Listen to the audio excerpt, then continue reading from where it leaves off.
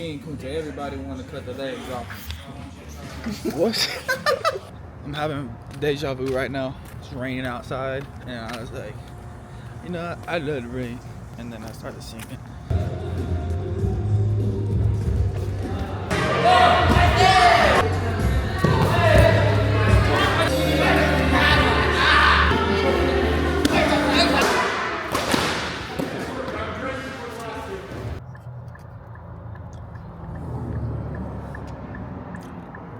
It's Monday. I just ran out of gas on the freeway like a real gangster. I'm out here, we just chilling, we waiting. The homie's gonna come get me. Who's the dude from JJK? Gojo. That nigga Gojo, I think. Gojo, he was just chilling. He was like, my nigga gonna come get me. Hey, get up, Kane, to the rescue, man!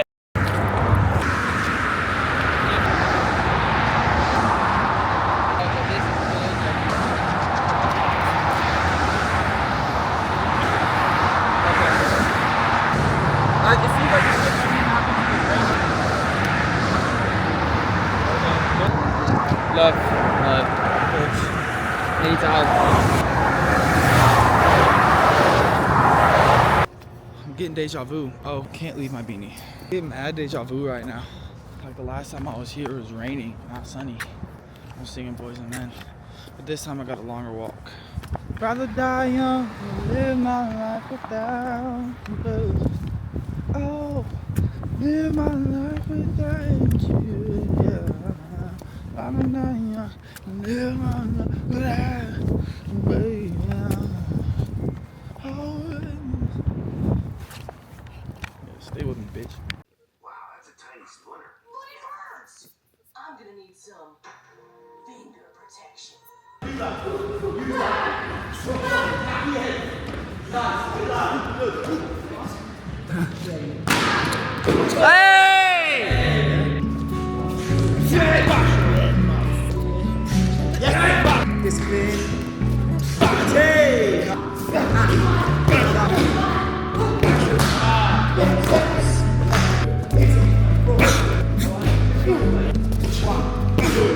Basically,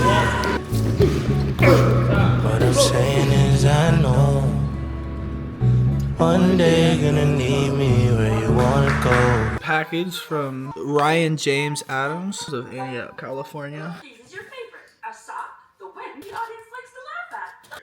Just completely accurate. Sitcom that is. Yeah, y'all did a good job after this one.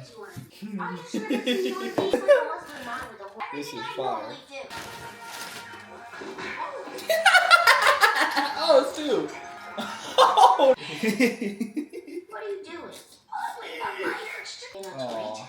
What's a gumballism? Yep. When you say it necessarily means Dang. your face looks like a cat. Thank you, Ryan. Hey dudes.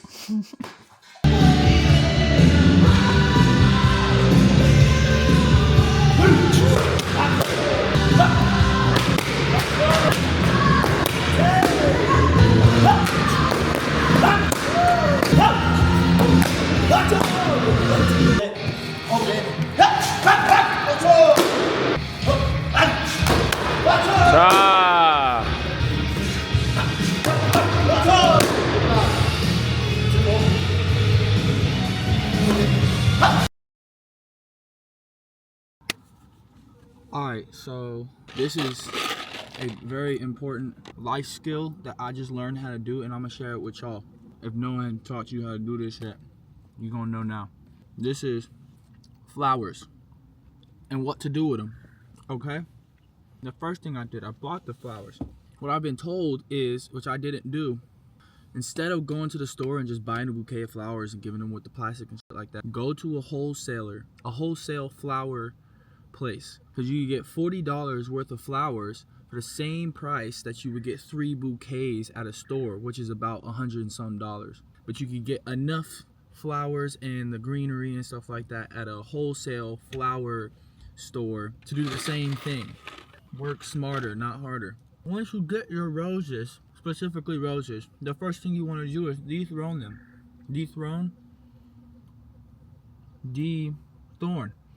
Dethorn them hoes. So I got my rag. It's not that hard. You take the rag and you put it on top of the rose, and you firmly grasp it and pull down. Might take a couple of tries. You might have to take some yourself out. Don't hold on to it too hard. This gonna happen. I'm gonna keep this one for myself. Once you've dethorned all of them and you got your greenery and everything organized, right? You're gonna take your rose and take all of the wilted petals off. Do I know what wilted petals are? No. But any of them that don't necessarily look good, that's the ones I'm taking off.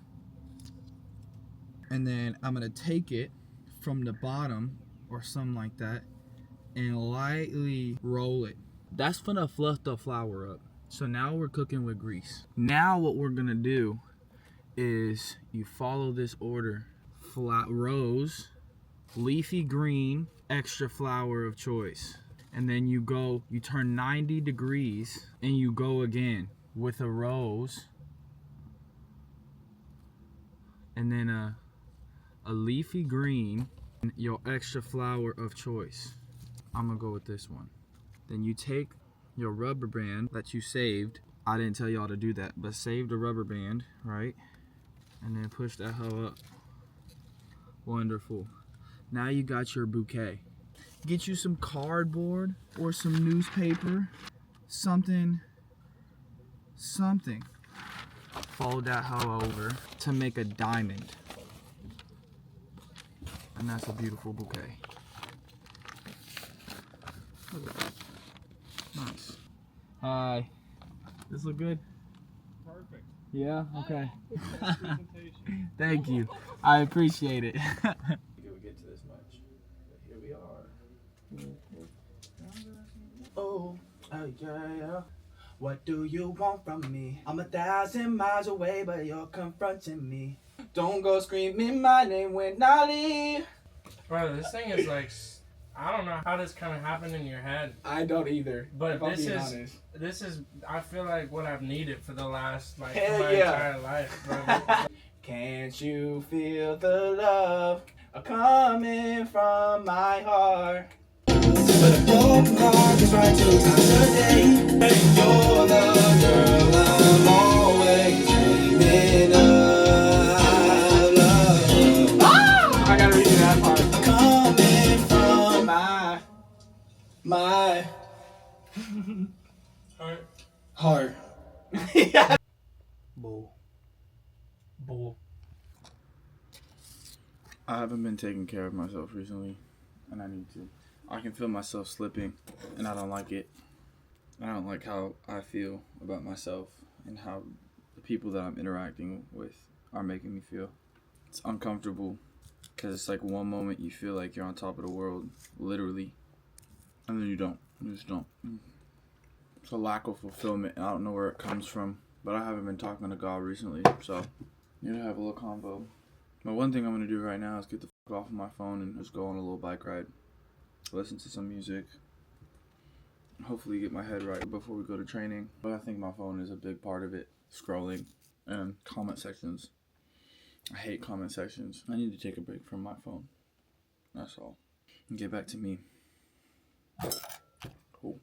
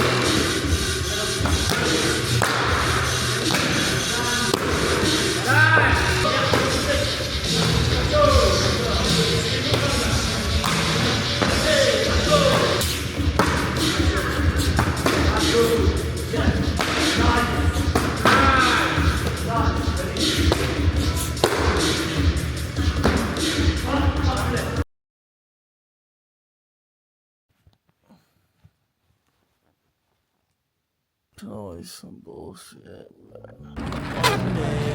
What's up, city? We in the airport type shit. We about to head over to Reno. We about to f up. Yes, sir. So when me and Soph are old, we're gonna get wheelchairs and we're gonna stack them that are stacked, like a stroller. But they need to be motorized because we're gonna be old. Yeah.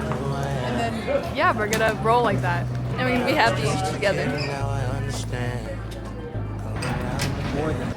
All right, John, give us an update. How'd the flight go? How was the food? Current status. You know, I haven't really had any food yet, so we're kind of hungry. It's kind of a long flight. Did you eat the cookies? I did. Okay, good. Still hungry. It's about a 4-hour, 45-minute for our first flight. A little long. Yeah. We're traveling inside the United States to then have another 2-hour flight. But hey, we do it big here. We do it big good. here. We ready? We gotta put some work in. Oh yeah. All right. Let's go. Plane. Did you have any troubles? Why didn't you sleep? Help me. Because the pilot. Know the words pod. Pod. That's what I like, yeah. Joshua Henderson. All right, bro. Yay. Oh no, here he comes.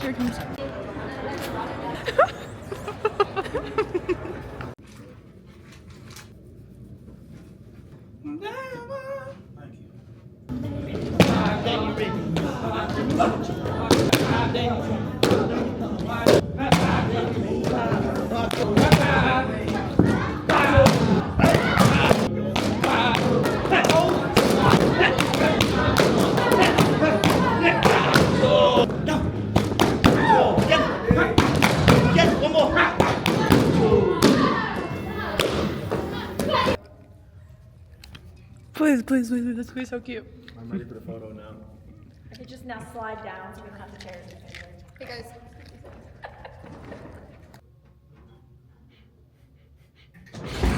I got two shin guards. I got shin guards. Oh really? What type?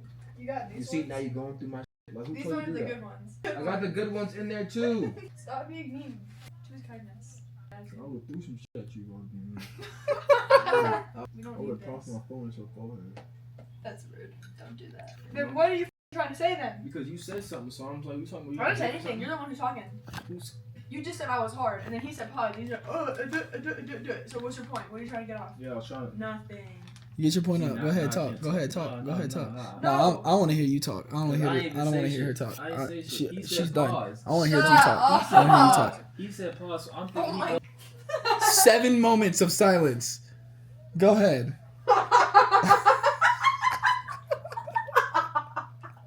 You came at me first. 7 moments of silence. Go ahead, talk. See, I'm not even talking about you no more, and you still running your damn mouth.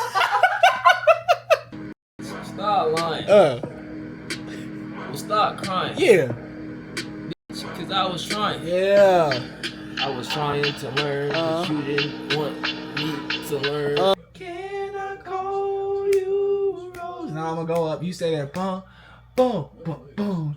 Can I call you Rose? You gotta go down on the last one. Can I call you Rose? Oh, you're close. You were so close. That's just hard. I know, bro.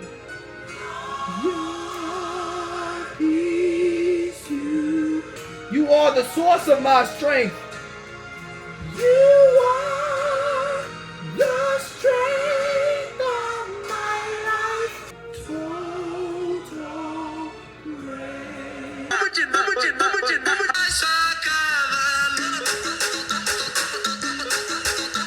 Hey.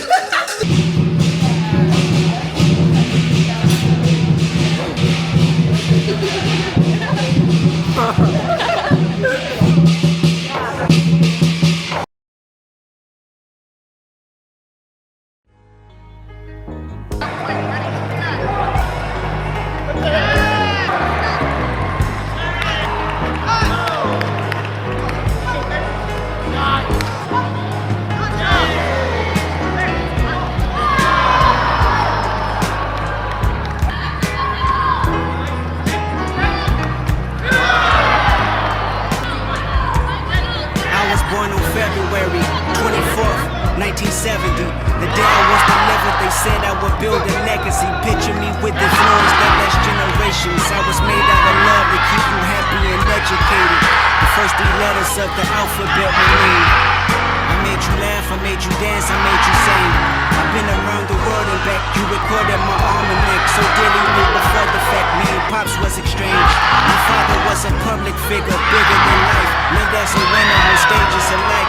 Rivers of people surely united just to see our bond. Time carried on, there was a common thread. My perfect father had many flaws. Still they moved their legs and shook their heads in unison. He had more children, I was the oldest. We always played with each other before they ruined them. He told me his personal secrets, childhood, catching and beaten, sexually touched and abused. Never seen life in a school. The price of being iconic was demonic and screwed. I stood on stage and had to watch my father on the news. Yeah. We out here, US Open, watching Diego's final with Zayden. I'm about to come back, next year. Fight minus 80? No, 58. Hey, that ref, whoever made CJ and Sophie lose. I like how she does. What'd you say, Zayden? He said. Cha-cha, cha-cha, cha-cha,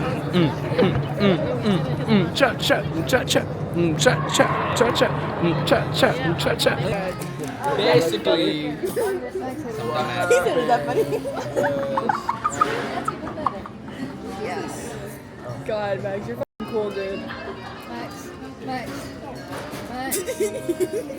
I love you. Are you sleeping? I'm sleepy. No, I don't really want to sleep either. Really? She drinks a lot of coffee. I can't bring myself to do it. Do it. I just had Columbia coffee. Like a coffee and a shot of espresso. Oh, you missed it. Literally a raindrop dropped right at the eye. Why did you do that? Be quiet.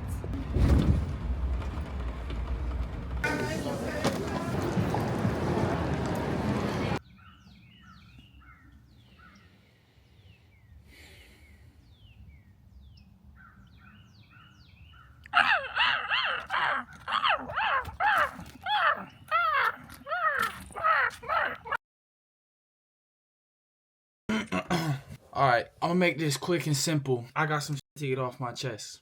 First and foremost, I'm happy to be home. I'm so appreciative right now in this moment. Not all the time, but right now I am, of the journey that I'm on and the people that I have in my life and the experiences that I'm living. And I know just earlier in this week, in this video, I was feeling bad about myself and what I'm doing, but I feel filled. My cup is filled right now. I know that I'm on the right path. I know that I'm on the right path. And I have the correct people around me that are going to help me get to that place, to that point that I want to go to. God is very good to me all the time, and he knows exactly where I'm supposed to be, and he has a plan for me, and I trust that plan. And no matter what things I can't control, I know that it's all going to be for some good reason, as long as I keep being me. I literally talked about this in the last video. As long as I continue doing the right things, what is coming to me will be great. Just came back from the US Open. I was very happy to see everybody. If I saw you, if I didn't see you, if I never see you, if I see you every day, I appreciate you. So yeah, we were at the US Open. Didn't necessarily go as planned for me. Bronze medal. Lost in the semifinals to Enrique, can't remember his last name, but I lost to Enrique from Brazil. Congratulations to him for coming back. He has some stuff going on, and I'm actually very proud of him for getting back in the ring. So big ups to him, big respect to him and his team for getting him back out there. I could go on about all the things that didn't go in my favor, but the baseline is I was tested a couple of times throughout the day, and I feel like I succeeded in doing what I was supposed to do. I feel confident in that when the timing is right and when the situation is right, I'm gonna win just purely off of my strategy and my game. I think that it is better than anybody on this planet. So when the stars align, One thing that I want to talk about that I was talking about after my last match, there was like a little controversy that happened at the end with Joms and like points being taken off, and it was all super fast, and it like led to me losing the match. Unfortunately, it didn't go my way this time. The relationship between athlete and referee, or coach and referee, there's a wall between the two. There's no communication. After my match was over, My coach was fuming. He went and talked to the referee chair and stuff like that and made a big ruckus about what happened and trying to get some clarity on the situation. It wasn't going to happen. Usually when these things happen, they never get overturned. They never get overturned. No matter if they're wrong or right. I've been in a couple of situations where after the match is over, we go back and we bring video and the referees and the referee chair and they all admit that what happened was wrong, but it doesn't change anything. So it's almost like what it feels like is sorry.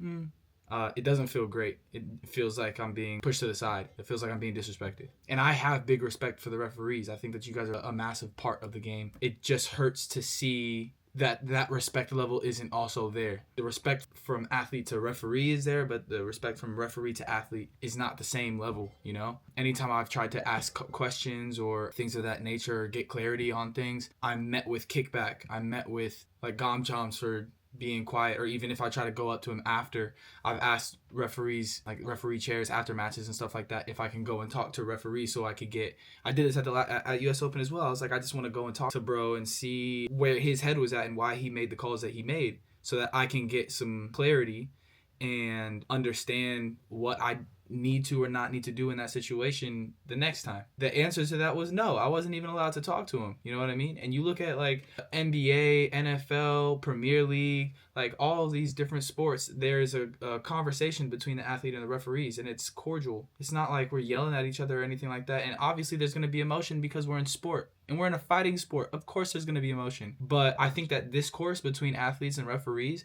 is very important, and even coaches and referees. There are good referees that I've had conversations with, but it's the referees that are still being developed and the ones that don't necessarily understand my game, because it's a very unique game. It's a dynamic game and it's hard to follow. And I don't want to walk away with animosity towards anybody when it comes to the outcome of my match. Like if I lose, it's me. I don't want to feel like anybody else was a part of my loss or anything else. It all comes from me. So it's hard when I walk away from a match and I don't have a reason to put on myself for why I lost that match. I can obviously go back and say tactically, okay, I didn't do this in the first round, or I didn't do this in the second round. I did my job to win. Like I did what I needed to win. So it's disappointing. It's disappointing that it went that way. That's really it. I would like to have more conversations with referees and getting systems checked. It just sucks that there are so many different things that can go wrong in our sport that are out of our hands, that even when you look at them, if you look at a match and you're like, there's something wrong with this,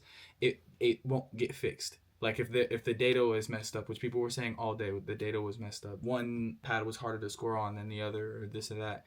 It's like, you can look at the match and see that something is wrong, but you won't do anything to fix it. That doesn't make any sense. You know, you want to see good fights and stuff like that. It's weird, you know? It's weird that we don't try to fix those things. We just allow them to continue happening. And only at these events like G1s, G2s, even at Grand Prix it happens. But then as soon as you get to the highest level where everyone is watching, it never happens. You've never seen anything like that happen at the Olympics because everybody's watching. I think that we should hold ourselves to the same accountability when no one is watching us to when everyone is watching us. I'm extremely happy to be home. I'm exhausted. Yeah, that's all I got. Okay. Deuces.